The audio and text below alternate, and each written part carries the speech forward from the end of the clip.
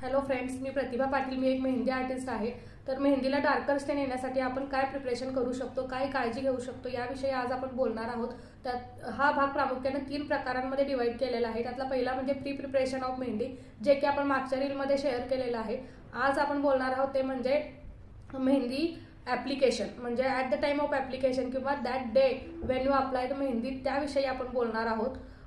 त्या दिवशी तुम्हाला कोणत्याही प्रकारचे हार्श केमिकल्स किंवा सोप वगैरे यूज करायचे नाही आहेत, कारण त्याच्याने स्किन ड्राय होण्याची शक्यता असते.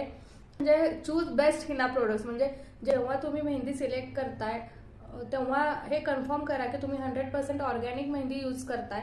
कारण जेव्हा तुम्ही दुकानातून मेहंदी आणायला जाता तेव्हा ते केमिकल यूज केलेलं असतात, त्यामुळे त्याची शेल्फ लाईफ खूप जास्त असते, म्हणजे 6 ते 8 महिने. पण जेव्हा तुम्ही ऑर्गॅनिक मेहंदी वापरता तेव्हा त्याची शेल्फ लाईफ फक्त 7 ते 8 दिवस असते. त्यामुळे त्या मेहंदीचा कोणत्याही प्रकारचे साईड इफेक्ट्स होत नाहीत. जर तुम्हाला मेहंदी आर्टिस्टला ऑर्डर द्यायची नसेल तर तुम्ही त्यांच्याकडून फक्त मेहंदी कोन परचेस करू शकता, जे की ऑर्गॅनिक असतात.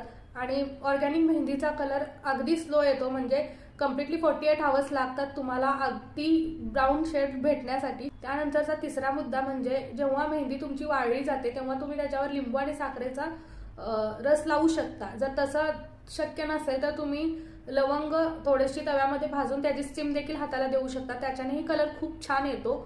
आणि सगळ्यात शेवटचा मुद्दा तो म्हणजे जेव्हा मेहंदी पूर्णपणे सुकली जाते त्यानंतर तुम्ही पाण्यात हात घालायचा नाहीये. कमीत कमी 7 ते 8 तास तरी पाणी अवॉइड करायचंय. ह्या सर्व गोष्टी आहेत ज्याची तुम्ही काळजी घेतलात तर मेहंदी तुमची नक्की रंगेल. आता तिसरा पार्टमध्ये आपण आफ्टर केअर बद्दल बोलणार आहोत. तर त्यावेळी कोणत्या गोष्टींची, मेहंदी पूर्ण लागून झाल्यानंतर आपण कोणत्या गोष्टींची काळजी घ्यायची आहे जेणेकरून मेहंदी हाताला जास्तीत जास्त दिवस टिकून राहील, याविषयी आपण बोलणार आहोत. तर पुन्हा भेटू. Bye bye.